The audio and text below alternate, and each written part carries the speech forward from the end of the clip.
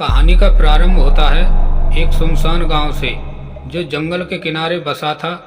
उस गांव के बारे में कई खौफनाक कहानियां प्रचलित थी और उनमें से एक सबसे ज़्यादा रहस्यमयी और खौफनाक थी। सांप के रूप में बदलती आत्मा का रहस्य।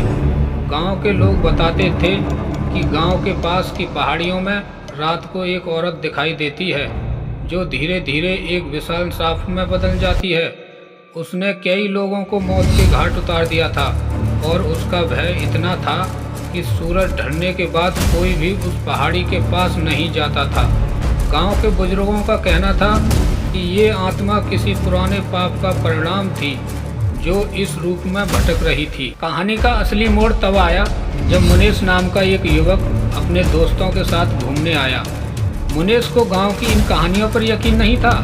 उसे लगा कि ये बस लोगों की कल्पना है, लेकिन उसके दोस्तों ने उसे चेतावनी दी कि इस जगह के रहस्यों को हल्के में न लेना, उसकी सबसे बड़ी गलती साबित हो सकती है। मुनीश की जिज्ञासा और बढ़ गई।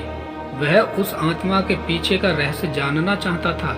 उसने ठान लिया कि वह उस पहाड़ी पर जाकर इस प्राचीन कहानी का सच पता करेगा। उसके दोस्तों ने उसे रोकने की कोशिश की, लेकिन वह अपनी जिद पर अड़ा रहा। एक रात जब चांद बादलों के पीछे छुपा हुआ था और पूरा जंगल अंधेरे में डूबा हुआ था, मुनीश ने पहाड़ी की ओर कदम बढ़ा दिए। जंगल में घुप अंधेरा था। पेड़ों की शाखाएं अजीबोगरीब आवाजें कर रही थी, जैसे कोई गहरी साजिश रच रही हो। मुनीश के कानों में अपने दिल की धड़कनें साफ सुनाई दे रही थी। कुछ दूर जाने के बाद उसने देखा कि एक औरत दूर खड़ी थी, सफ़ेद साड़ी में खुले बालों के साथ। उसकी आंखों में एक अजीब चमक थी और वह धीरे धीरे मुनीश की ओर बढ़ने लगी। मुनीश का दिल तेजी से धड़कने लगा। उसने समझने की कोशिश की कि ये औरत कौन है और इतनी रात को यहाँ क्या कर रही है। तभी वह औरत अचानक चीखने लगी और देखते ही देखते उसके शरीर में अजीब बदलाव आने लगे। वह धीरे धीरे एक विशाल काले सांप में बदल गई। उस सांप की आंखें अंगारे की तरह लाल हो गईं और उसकी जीभ फुफकार मारने लगी। मुनीश ने भागने की कोशिश की, पर जैसे उसके पैरों में जान ही नहीं बची थी।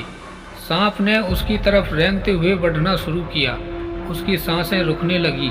उसकी आंखों के सामने सब कुछ धुंधला हो गया। उसे लगा कि ये उसकी आखिरी रात है। तभी वहाँ एक बूढ़ा साधु आया। साधु ने अपनी माला से कुछ मंत्र पढ़े और सांप की ओर देखा। वह सांप धीरे धीरे शांत होने लगा, जैसे कोई अदृश्य शक्ति उसे काबू में कर रही हो। साधु ने मुनीश से कहा, तुमने बहुत बड़ी गलती कर दी यहाँ आकर। ये कोई साधारण आत्मा नहीं है। यह आत्मा उस औरत की है जिसे यहाँ के राजा ने छल से मारा था।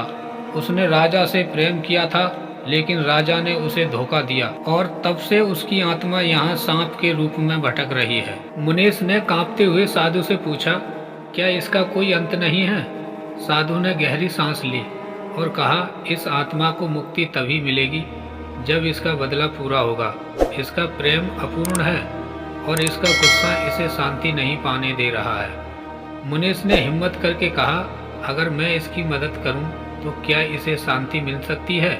साधु ने उसकी आंखों में देखा और सिर हिलाया। उसने मुनीश को कुछ मंत्र दिए और कहा कि वह आत्मा से प्रेम और क्षमा की बात कहे। यह सुनकर मुनीश ने आंखें बंद की और अपने दिल से सच्ची भाव से उस आत्मा से माफ़ी मांगी और उसकी शांति के लिए प्रार्थना की। चमत्कार हुआ। सांप की आंखों में नरमी आ गई और वह धीरे धीरे एक रोशनी में बदल गया। उसकी आत्मा मुक्त हो गई। वह औरत की आत्मा, जिसे छल का दर्द था, अब अपने प्रिय की आत्मा में मिल गई थी। मुनीश की आंखें भर आईं। साधु ने उसकी ओर देखा और कहा, याद रखना बेटा, प्रेम की ताकत हर आत्मा को मुक्त कर सकती है।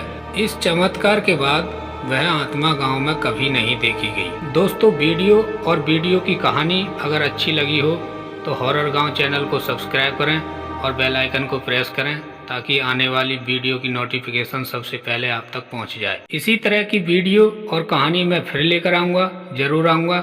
नमस्कार।